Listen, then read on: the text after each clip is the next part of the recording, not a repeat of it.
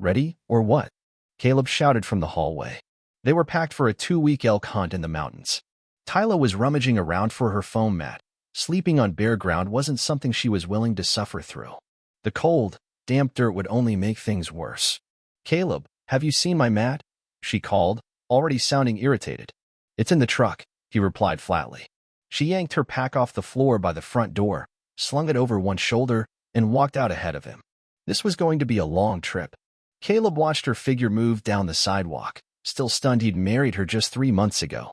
She carried herself like she owned the world. Even now, he couldn't believe she was his. Tall, lean, and athletic, she had dark hair with blue undertones that caught the light in strange, beautiful ways. She wore tight jeans and a crisp white blouse, understated but striking. And she wasn't wearing a bra, which made every confident motion of hers more captivating. She climbed into the truck and glanced at him sharply. What? She asked, clearly annoyed. You're beautiful, he said honestly. She gave a brief smile, her pale skin making her teeth stand out. Her complexion had an almost porcelain glow, thanks to her obsessive daily runs and hours by the pool. She thrived outdoors and liked reminding everyone of it, including Caleb. This was their second hunt together, and she wasn't just tagging along. Talia could handle herself.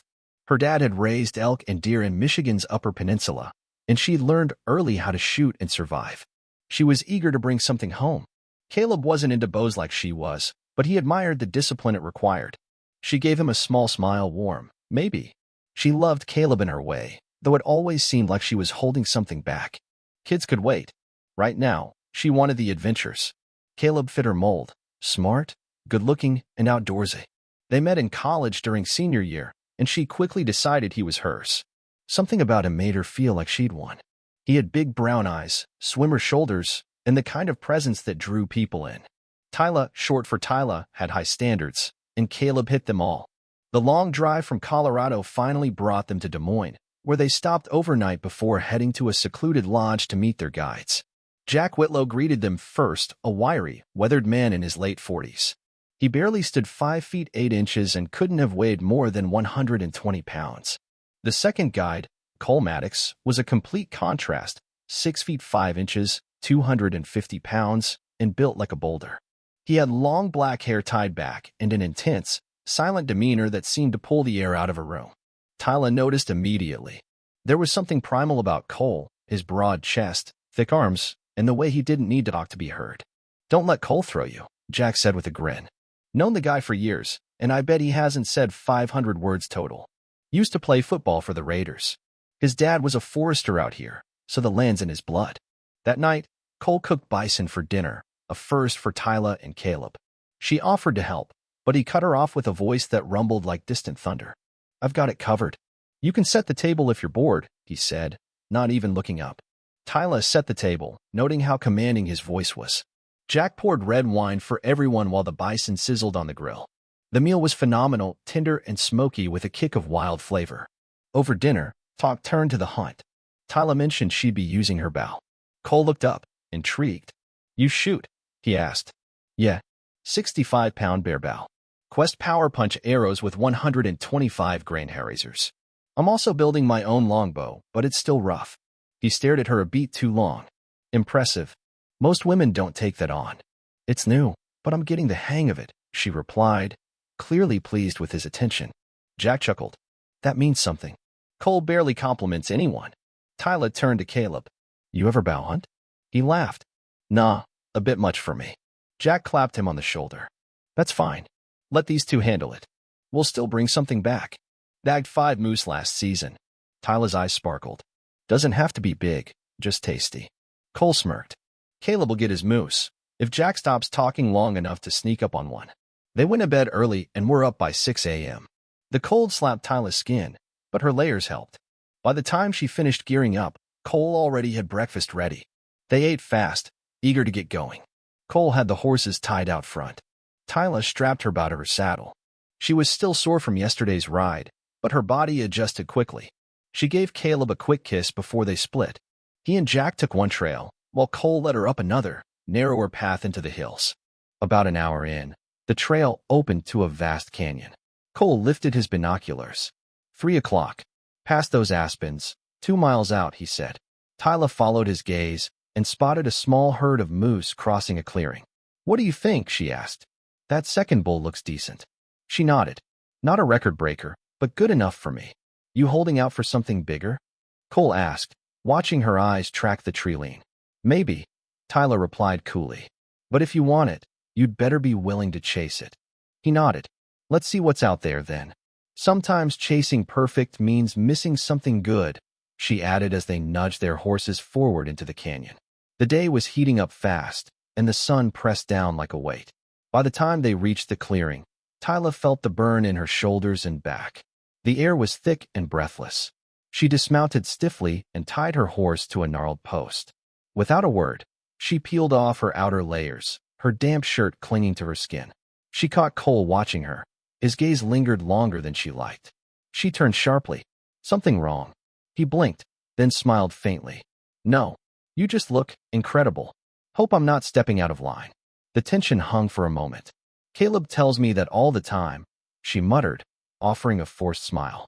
She didn't know why she'd brought her husband up. It felt more like a warning than a fact. "Anyway," she added, pulling her bow from the saddle, "let's go hunt." They hiked toward where the elk had last been seen. Tyla's heart sank as she realized the herd was farther off than expected, already half a mile ahead, and still moving. "Think we can cut them off?" she asked, scanning the ridgeline. Cole shook his head. "We need to scale that wall. Horses can't follow. By the time we hit the top, they'll be ghosts." He pointed south. "Better bet's the next canyon. Let's give that a shot." The sun crawled through the sky as they tried 2 more spots, but luck wasn't on their side. One bull they found had a shattered horn, still breathing but limping, and Cole dismissed it outright. "Not worth the time," he said. They turned back in silence, the afternoon light fading into gold. It wasn't awkward exactly, just quiet. Tyler didn't mind. As they approached the lodge, Cole slowed his horse. "There's a bull I know of," he said. "Huge. We'd have to leave at 3, drive a few hours. But I want you to get a shot at him." Tyler's face lit up. "I'm in. Look, today wasn't a waste. I mean, yeah, I want a moose. But it's not just about the trophy. Being out here, hunting, testing myself, that's what really matters. The rest? Bonus." Back at camp, Caleb and Jack were already back, standing near the fire. They'd seen a small group of elk in a nearby canyon, but couldn't get to them. They planned to try again in the morning. Tyler barely acknowledged Caleb's update. She was still thinking about the next day, the bigger challenge Cole had promised. Before sunrise, Tyler and Cole were up and moving. The cold was biting, sharper than expected. They ate quickly, bundled up, and saddled their horses before the others were even awake. Riding through pitch-dark forest with only Cole as her guide was unsettling, but she stayed close. The light finally crept over the horizon, revealing the frosted trees and long shadows. By mid-morning, they reached a clearing where elk had been known to graze. Tyler spotted movement, then antlers. A herd emerged from the tree line, and then, towering over the rest, a moose that made her breath catch. It began to rain, soft but steady. The moose grew skittish, flicking its ears. "We've got to move," Cole whispered. "They'll head for cover. When it lifts its head, take your shot. That one's a giant." Tyler stepped forward, every nerve taut. She waited. The bull shifted, head lowering for a moment. She crouched, drew her bow, and let the arrow fly. It struck just behind the front leg, low and true. The moose exploded forward, crashing through underbrush like a train. Tyler's heart pounded, her hands trembling. "Did you see that?" she cried. "I hit him." "You couldn't have aimed better," Cole said, eyes locked on her, voice low with admiration. Overcome, Tyler wrapped her arms around him and kissed his cheek without thinking. "It's massive." She suddenly realized she hadn't let go. Her arms stayed there a moment too long before she recoiled, clearing her throat. "We should go after it," she said quickly. "Let's get the horses." The rain picked up, the air turning frigid. Mist curled along the ground as they tracked the moose's trail through the aspens. It didn't take long. Just past a cluster of trees, they found it lying still in the center of a quiet meadow. Tyler handed her phone to Cole. "Grab a few shots." He took some of her with the moose. Then she returned the favor, snapping a photo of him standing beside the beast. She didn't know why, but she felt compelled to capture that moment. They got to work, quartering the animal and packing the meat. Cole moved efficiently, wrapping everything in plastic and stuffing the bags tight. The wind had picked up, and now snow fell in thick, wet flakes. By the time they were ready to leave, visibility had dropped sharply. Lightning flickered above, distant but ominous. Talia felt the first prickles of fear crawl up her spine. The storm was turning fast. Cole didn't hesitate. "This way," he said, moving through the whiteout. They rode for half a mile before he suddenly pulled up short and jumped down. "There's a stone wall nearby. We need shelter. Keep your eyes out for a cave or something." She nodded, teeth clenched against the cold. They moved along the wall for what felt like forever, snow swirling around them. Finally, the rock face began to thin. "We need to check the other side," he yelled over the wind. Talia's boots slipped as she turned. The snow was deep now, deep enough to erase their tracks. Behind them, the trail had vanished. Her jacket was soaked at the seams, and a chill worked its way into her bones. She was shivering hard now, her body losing heat faster than she could replace it. Up ahead, a dark gap in the stone wall opened like a mouth. Cole dismounted, cautiously stepping forward to inspect the entrance. The cave started wide but narrowed sharply about 15 feet in. It wasn't ideal, but it would have to do. They led the horses into the cramped, cave-like space. Cole crouched and peeked deeper into the passage while Talia stood trembling, her teeth chattering loud enough to echo. He could see she was in bad shape. "I'm going to find wood," he said quickly. "Start unsaddling the horses. Grab the blankets off the saddles. My backpack has a lighter. Use that if you can find it. I'll be back fast." Talia nodded numbly. Her hands were stiff, barely responding as she reached for the straps. She cursed under her breath, her fingers were like blocks of ice. The buckles fought her every move. Eventually, she got the saddles off and spread the horse pads out as a base. She layered the blankets on top, forming a rough bed. Her foam pillow came out next. Then she knelt to dig through Cole's pack, her fingers trembling too hard to grip properly. At last, she found a dry bag containing 3 lighters and a small can of fluid. She arranged a ring of stones near the cave's bend, where smoke could escape but warmth would collect. When Cole returned, arms piled with dry wood, she was shivering violently. He dropped the logs and immediately began breaking branches into kindling. Together, they built a small teepee structure and stacked thicker wood at the base. Cole soaked the kindling with lighter fluid and created a short trail to it before striking a match. The fire caught fast. Soon, orange light flickered on the stone walls, and a growing warmth pushed back the cold. Talia knelt near the flames, holding out her frozen hands. Her skin was pale, lips tinged blue. "You're soaked," Cole said, eyes narrowing with concern. She nodded, teeth clattering. "Some of my clothes. Wet. Can't stop shaking." "You've got to get out of them," he said, voice firm now. "You'll never warm up like that. Strip down and wrap yourself in the blankets. I'll dry your stuff by the fire." The last thing she wanted was to undress in front of anyone, let alone a man who clearly admired her. But the cold was merciless. "Don't look," she murmured, voice hoarse. "I won't," he said gently, turning his head. Talia hesitated, then peeled off her soaked layers. Her bra was soaked too. She flung it off and wrapped a thick wool blanket around herself, then darted to the fire. Cole gathered her clothing and propped it up on sticks to dry. Still, she couldn't stop shivering. Her body trembled uncontrollably, and her jaw ached from the tension. Cole glanced over and didn't like what he saw. She was close to hypothermia, maybe already in it. Talia didn't notice when he stripped off his own wet layers. Her thoughts were slowing, muddled. The next thing she registered was his arms gently lifting her and laying her on the saddle pads closer to the flames. She barely reacted when the blanket shifted and his warm body slid in behind her. A gasp escaped her lips, more from the contrast of heat than shock. His skin was hot against hers, and for the first time in hours, she felt something other than cold. Talia lay still, her breathing shallow. She wasn't fully present, more half-dreaming than awake, but her mind registered the closeness. His arms didn't press, didn't grope. They simply shielded. As the fire grew stronger, warmth spread from the blaze and from his body. Her muscles started to loosen. Her fingers tingled painfully as circulation returned. Eventually, awareness returned. She blinked, realizing she was nearly naked beneath the blankets, curled against a man who wasn't her husband. She turned her head and met Cole's gaze. "I'm sorry, Talia," he said quietly, voice filled with something raw and apologetic. "It's okay," she said, still a little dazed. "I think I needed this. The warmth, I mean." He gave a small smile. "You're beautiful, you know. But it's not just that. You're sharp, strong, funny. And yeah, you've got a body no one would forget. But even if you didn't, I'd still admire you." Tyla's face flushed, not just from the fire. She wasn't sure what to say. Thanks, Cole. That's kind of you. But I'm married. I know, he said, nodding. I'm trying to be respectful. I've never said this much to anyone before. There was a silence, warm and awkward and honest.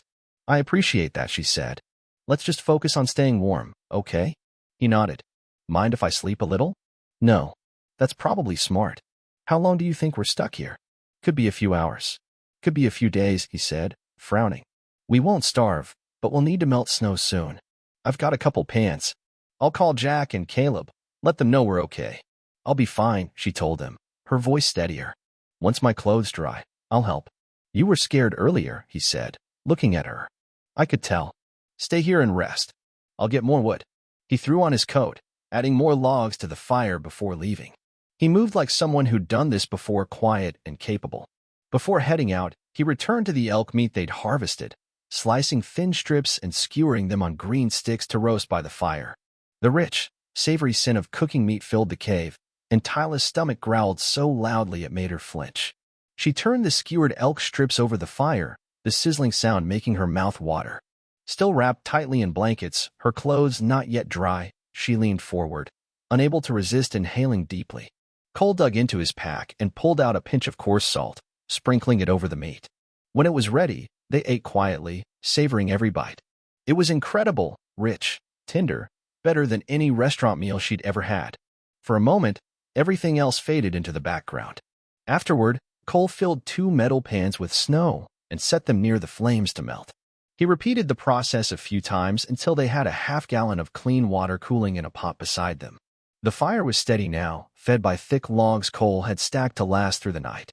Darkness had swallowed the cave mouth, and the temperature was dropping again. We should try to sleep, Cole said. Tyla nodded and stood stiffly, her legs sore. They rearranged the saddle pads into a rough mattress. It wasn't even 3 feet wide, barely enough for one person, let alone 2. She lay down and watched as Cole stripped his boxers and socks. Her eyes darted away, but not before she saw the defined lines of his chest and legs. Scars marked his knees, signs of surgeries long past, but there was no softness on him. Whatever weight he carried in his football days was gone now. He looked like a statue carved from stone. He slid in beside her, and immediately the narrow space forced them to press together. She turned away, trying to avoid contact, but his back was warm and broad, and it pressed firmly against hers. The closeness made her stomach tense. Her mind raced, chasing guilt, thoughts of Caleb, the situation, everything. But the fire crackled, the cave was silent, and cold, deep. Even breathing eventually soothed her nerves. She drifted off. When Tyla woke, the cave was pitch black. Her body was hot under the blankets, and she realized, mortified, that she was sprawled across Cole's chest. Her cheek was against his bare skin. One leg had slipped between his, and her thigh pressed against him in a way that felt unmistakably intimate. Worse still, his hand was resting gently on her lower back. And he was awake. She froze, unsure what to do. Her pulse hammered in her ears. Just as she started to roll away, his hand slid lower, cupping her backside and pulling her in. Her breath caught. Her body, traitorous and confused, responded without her permission. She felt her hips move, almost involuntarily, grinding lightly into him before she could stop herself. Shame exploded inside her. Her mind screamed, but her body wasn't listening. She remembered the loneliness that had gnawed at her for weeks, the emptiness she hadn't dared to admit, not even to Caleb. And now, it roared forward. Cole leaned in, his breath warm against her ear. You're so beautiful, Tyla, he whispered. You're driving me crazy. I don't know what to do with this. Oh God, she whispered, her voice thin, barely there. Cole, you're eliminating me. The words slipped out in a haze of confusion and heat. He didn't push further. He didn't say another word. His body just held hers. She lay there, drifting between desire and guilt, her thoughts tangled and knotted, unable to move. It felt terrifying and strangely safe all at once. His arms were strong. The warmth was real. Her body had stopped shaking. Then it hit her. The full weight of what she'd allowed, of what she'd done. Tears welled up in her eyes, and she began to cry, silent at first, then with full, shuddering sobs. What's wrong, Tyla? He whispered. Damn you, she choked out. I shouldn't have let this happen. I love my husband. I never even looked at another man, and now I betrayed him. I'm a cheater. She pushed at his chest, tears streaming down her cheeks. Get away from me, Cole. Just don't touch me. I need to check on my clothes. She stood, barely steady, and walked over to where they hung near the fire. Cole sat up, his face tight with regret.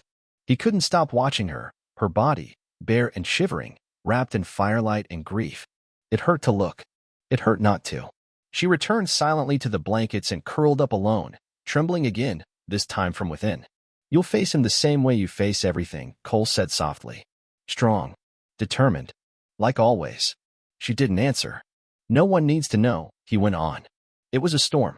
A cave. A night we never expected. We didn't ask for this. We didn't plan it. We were freezing, alone, and wrapped in blankets. What else was going to happen? Talia's jaw clenched, her face hard. I don't regret it, Cole continued. And I don't think you do either. You felt it too. I'm not trying to take your husband's place. I know you love him. But I wish I'd met you first. You're the most incredible woman I've ever known. His voice cracked slightly. This was real, Talia. Maybe not right, but it happened. And I'll live with that. I'm not trying to claim you, but I'll always carry this. Talia stared up through the narrow crack in the cave roof. The storm had passed. Stars glittered above, cold and uncaring. When this is over, she said, voice flat and cold, if I ever hear your name again, if I ever see your face again. She turned to look at him. I swear to God, Cole, I will hunt you down, and I'll put an arrow through your heart. I'll make sure you never see me again, Cole said quietly. Talia didn't respond. The ride back was wordless, every mile a blur of shame and confusion. Her mind spiraled as guilt dug deep into her chest. No matter how tightly she gripped the reins, she couldn't shake the image of what had happened, or the crushing truth that she'd done this to herself. By the time they reached the lodge, she felt hollow. She had no idea how she was supposed to go on. Her first thought was to get home, to be the perfect wife again, clean the house, smile wide, cook Caleb's favorite meals, and pretend she was whole. Pretend nothing had happened. But that was impossible. The guilt scraped at her every second like broken glass in her lungs. Caleb deserved better. He was a good man. Honest, loyal, devoted. And she had betrayed him in the worst way. When they finally got home, the silence between them was unbearable. They unpacked without a word. Caleb sat in the living room, scrolling through emails on his laptop, unaware of the storm about to hit.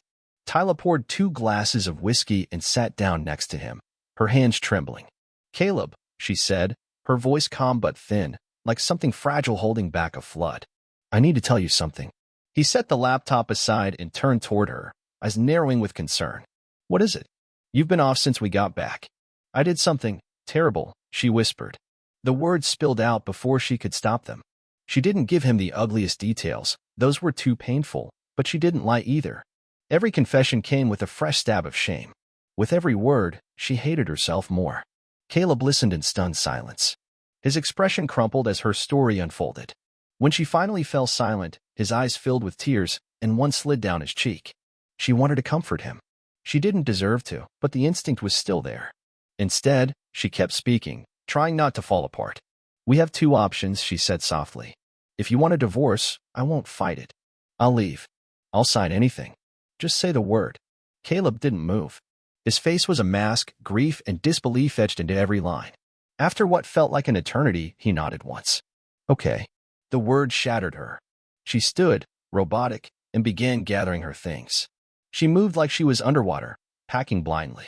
What are you doing? He asked, his voice raw. I'm leaving, she said, her tone lifeless. Wait. I mean, did I hear you right? No, she whispered, her voice cracking. I just agreed with you. But you didn't mention the second option. She walked back to the whiskey, poured herself another, and took a slow, burning sip. I'm not leaving, Caleb. Not unless you make me. He stared. The other option is this. We stay together. You forgive me. I try to become someone worthy of that forgiveness. I know I don't deserve it, but I'm asking. Not for now. For someday. I'll do anything. This, us, is what I want more than anything. His face stayed cold. Are you in love with him?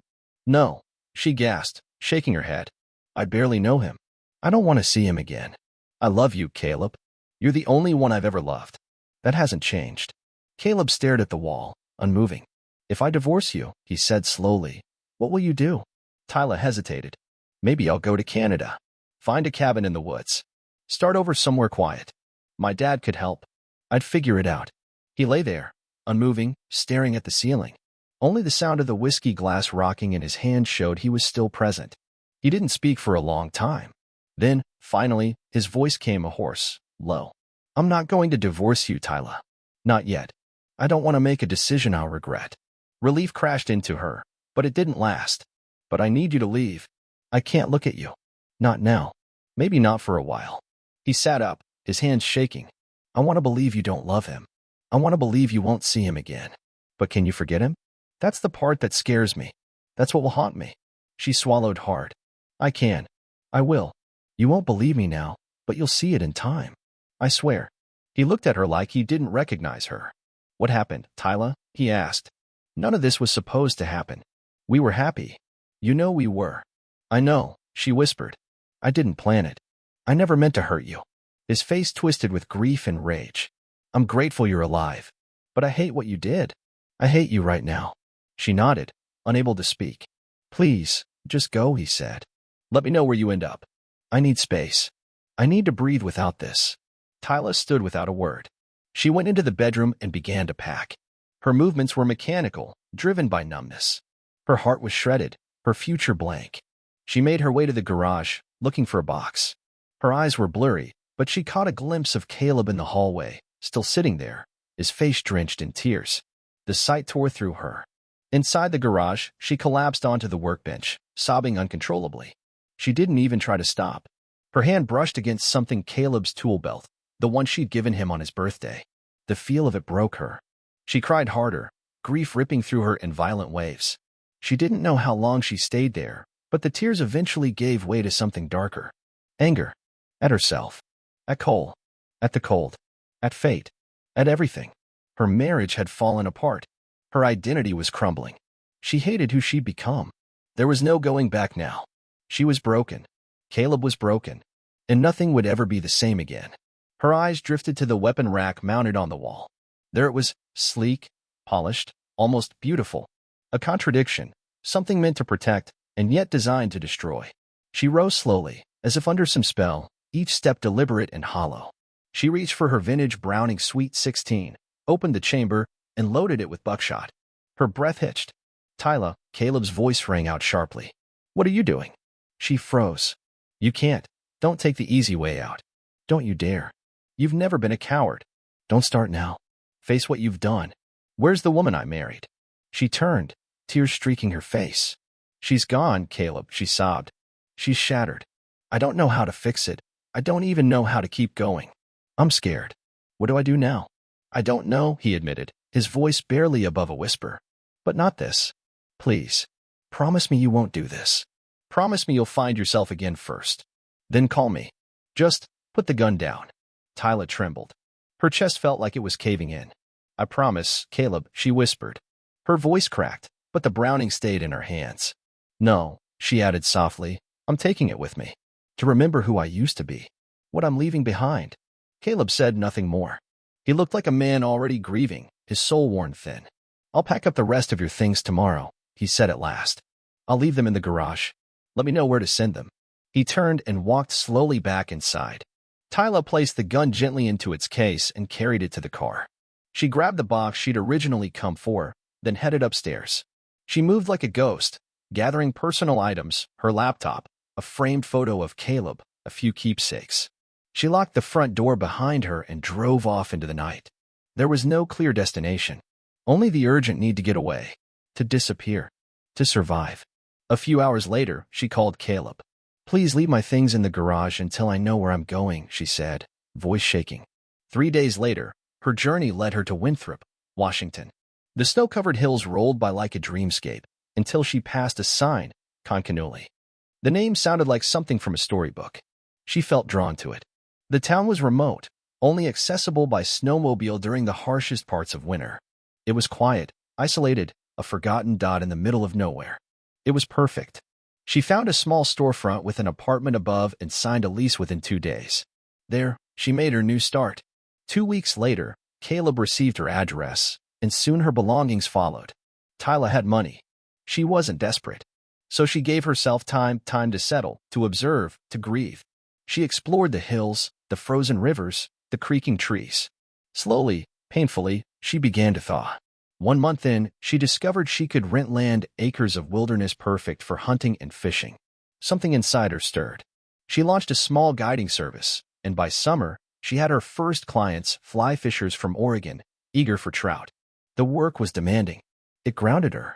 For hours, sometimes days, she could forget the gaping hole in her chest. But every night, it came back. That hollow ache. She'd lie in bed and cry, muffling her sobs against a pillow. How had one day, just 6 brutal hours, destroyed her life? She stayed in touch with Caleb. They exchanged letters, cautiously honest. She never mentioned Cole. He never asked. Back home, Caleb had barely managed to watch her leave. His instinct had screamed to run after her, to beg her to stay, to hold her together when she couldn't hold herself. But he hadn't. He knew she needed to break alone if she was going to heal. She needed to rediscover herself without him standing in the way. Still, he feared every day that she might not make it, that she'd give in. She'd promised him she wouldn't, but she had made one promise before and broken it. That was the moment that fractured her. The moment he lost the woman he once knew. When she called to request her things, he'd felt something stir. A faint flicker of hope. Maybe, just maybe, she was healing. But even then, thoughts gnawed at him. About what had happened. About Cole. He couldn't shake the image of that man, charming, silent, always watching. Caleb believed Cole had taken advantage of Talia, exploiting her in her weakest moment. She might have said yes, but in Caleb's mind, it had never been a fair choice. She hadn't been herself, and he, Caleb, hadn't protected her. The thought festered. If he had gone with her, if he'd been there, maybe none of it would have happened. Maybe he'd still have his wife. Maybe they wouldn't be two broken people, staring at pieces of what was once whole. But revenge wasn't the answer. He knew that. As much as he wanted to confront Cole, to make him pay, it would only end in disaster. Still, a part of him needed justice. Quiet justice. Then there was Edward, Talia's father. He was due to arrive within days, and Caleb dreaded the moment. How could he explain this to the man who had trusted him with his daughter's future? How could he tell him she had walked away in shame, and that he had let her? Caleb didn't want to break Edward's heart. But lying wasn't an option. Not anymore. When Caleb met Edward at the airport, the old man's eyes scanned the crowd, clearly expecting to see his daughter. His hopeful expression made Caleb's stomach knot. He knew this was going to hurt. They went to lunch at Cheddar's, and after they ordered, Caleb finally spoke. "She's gone," he said simply. "What do you mean, gone?" Edward asked, blinking with confusion. "Where is she? Why didn't anyone call me?" Caleb hesitated. His throat tightened. "Honestly, we didn't want you to know. It's a long story, but I'll tell you everything. Just brace yourself." As Caleb walked him through the events of the last few months, the affair, the breakdown, and Talia's decision to leave, Edward listened in stunned silence. The truth hung between them like a storm cloud. When the waiter returned, Edward didn't hesitate. He ordered 2 bourbons. "I don't know about you," he muttered, "but I need a drink." They sipped in silence. The weight of it all pressed down on them. Finally, Edward broke the quiet, his voice thick with pain. "Caleb, I can't begin to tell you how disappointed I am in my daughter. I feel like I failed you both as a father. I should have seen something coming." Caleb looked down. "You didn't fail anyone." "I did," Edward said firmly. "But no matter what she's done, I still love her. I'll tell her how I feel, believe me. I'll let her know I'm angry. But that love doesn't go away. It can't. She's my daughter." Caleb nodded. "I understand, sir. I never expected anything different." Edward leaned forward. "So what are you going to do now? This situation's unbearable. Something has to change." Caleb exhaled, the pressure in his chest growing. "Honestly, I was hoping you'd have the answer." Edward stood. "Take me home. I need to sleep on this." They drove in silence and barely spoke during dinner. That night, neither man really slept. But by dawn, Edward was in the kitchen, already making breakfast. At 7 a.m., they sat at the table, steaming mugs of coffee in hand. "As I see it," Edward began, "your options are limited. You don't know where Talia's head is right now. Maybe she's lost herself completely. Maybe you have too." He stirred his coffee. "But I don't believe what happened out there reflects who she is. It's not the girl I raised. And maybe, just maybe, after 5 months, she's clawed her way back. She hasn't said much, but that doesn't mean she doesn't want something she can't explain." Caleb frowned. "What are you getting at?" "She needs to be tested," Edward said. "She'll either prove herself, or she won't. But then you'll know." Caleb looked uneasy. "A test? What kind of test?" Edward chose his words carefully. Based on everything you've told me, Cole would jump at the chance to see her again. So, we give him that chance. Caleb recoiled. You've lost your damn mind. The last thing I want is him anywhere near her. I get it, Edward said, holding up his hands. But this isn't about what you want. It's about what she does. If she shuts him down, if she sends him packing, you'll have your answer. If she doesn't, well, then we face a different truth. Caleb's jaw clenched. You're asking me to let that man back into her life? What if he tries something again? We'll be watching her closely, Edward said. I've hunted on 5 continents. You're no amateur either. If Cole crosses the line, we shut it down immediately. I'll make sure of it. Caleb was quiet for a long time. Finally, he nodded. I don't like it, but I see the logic. Get the message to him, Edward said. I'll take care of the rest. 2 weeks later, in the backwoods of Idaho, Jack Whitlow and Cole Maddox sat across from one another at their hunting camp. The fire crackled between them, casting long shadows. Hey, Cole, Jack said, voice casual. Remember that couple a few months back? Talia and Caleb Mercer? Cole barely moved, his gaze locked on the flames. They broke up, Jack continued. That's what I heard. Anyway. Shame. They seemed solid. You know anything about that? Cole stiffened. His face flushed. Jack raised an eyebrow. What's the matter, Cole? Got something to do with it. He leaned forward. You look guilty as hell. Care to explain? Cole, fist clenched. Say that again, and I'll tear you apart. Jack chuckled. Go ahead. Try it. I'll drop you like a dog. He narrowed his eyes. What did you do, get her drunk? She was cold, alone, and you moved in like a snake. You're a disgrace. Cole shot to his feet, trembling with fury. But Jack didn't flinch. He calmly pulled a pistol from his jacket and pointed it at Cole's chest. Sit down. Cole froze. I'm done, Jack said. I'm not working with a predator. Maybe your old man doesn't know what kind of monster you raised, but I do. And I'm telling the boss everything. With that, Jack turned and mounted his horse. The rhythmic sound of hooves faded into the trees. Cole stood there, shaking with rage. His fists bled from how tightly they were clenched. His breath came in short, ragged bursts. But all he could think about was her. Talia.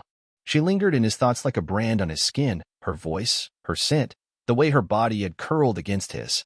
No woman had ever impacted Cole like Talia had. It wasn't just desire. It was obsession. He didn't care what it took. He had to see her again. She had to be his. He couldn't accept that their moment had been fleeting. Meanwhile, in her secluded cabin, Talia focused on her work, her hands steady even though her heart felt heavy. She was finishing a longbow, 79 inches of carefully layered bowsing wood, hickory backing, and a dark, dense wood belly. It was powerful, elegant, lethal. A weapon worthy of who she used to be and who she was becoming again. She poured herself into the craft, her focus sharpening. She needed this. Every pull of the tillering string, every shave of the wood was her way of taking back control. Then came the knock. She opened the door to find Lars, her overly eager neighbor, flashing that easygoing smile. Hey, Talia. Want to grab a bite? I'm busy, Lars, she said without looking at him. I'm working on something important. You've got to eat, he replied cheerfully. Come on, when aren't you working? Talia's patience snapped. Why do you keep doing this? Look, I like you, okay? You're a good guy. You probably have no trouble finding dates. So why keep asking me? Lars' smile faltered. You've never seen me with a man. You're not going to. Keep this up, and we won't even be friends. Before he could answer, her phone rang upstairs. She turned without another word and shut the door in his face. By the time she found the phone, buried under her jacket, the call had gone to voicemail. The number was unfamiliar. But the voice? Unmistakable. Hey, Talia. It's Cole. Her stomach dropped. I know I said I wouldn't call again, but I heard about you and Caleb. I'm sorry if I had anything to do with that. I still think about you. If you're not with him anymore. I'd like to see you. Please call me. She dropped the phone as if it had burned her. Memories rushed back. The heat, the guilt, the loss of control. Her whole body tensed as shame flooded her again. Her mind spiraled. How could she have let herself go that far? Damn you, she hissed, pacing the floor. She had worked so hard to reclaim her life, to find her footing. And now, with a single message, he had threatened it all. She wouldn't answer. She couldn't. Talia stared out the window at the frozen trees, breathing deeply. She had forgiven herself for her weakness, but only just. And she knew it wasn't over, not really. There was a darkness inside her, a wildness, that she had to keep under control. Cole wasn't just a mistake. He was a danger. To her peace. To her progress. To her identity. She returned to the bow, running her fingers over the grain. She would finish this. Then she would move forward. She needed a plan, and she would start with a good night's sleep. The next morning, Talia woke early. She ate, packed deliberately, and loaded her gear. She swapped her car in Yakima for a rugged 4x4 pickup. In the back, she laid her bow in a padded case along with 24 arrows, each one tipped with razor-sharp 125-grain Woodman whiteheads.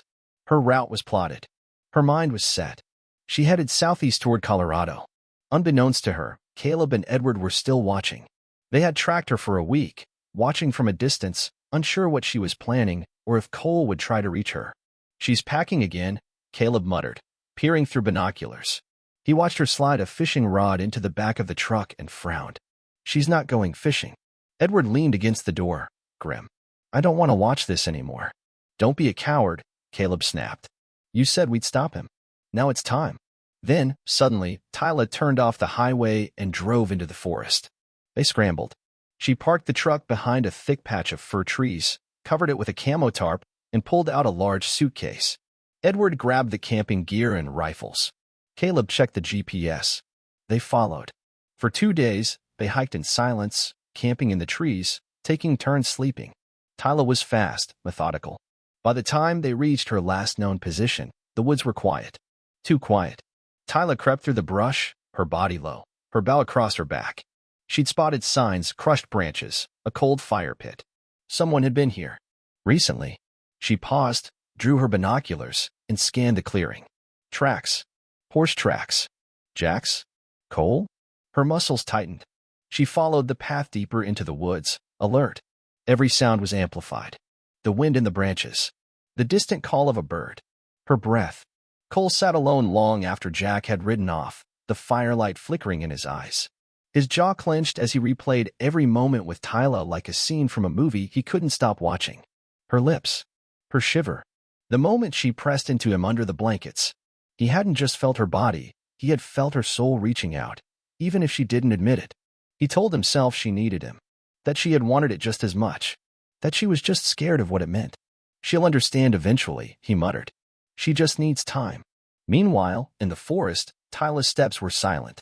Every movement was deliberate. Her bow shifted slightly with each step, the strap taut across her shoulder. She had changed. Hardened. This wasn't just about closure anymore. It was about survival. If Cole showed himself again, she wasn't sure what she would do, but she knew she wouldn't freeze. Behind her, Caleb's grip on the binoculars tightened. "She's following tracks," he said. "Horse tracks. She knows someone's out there."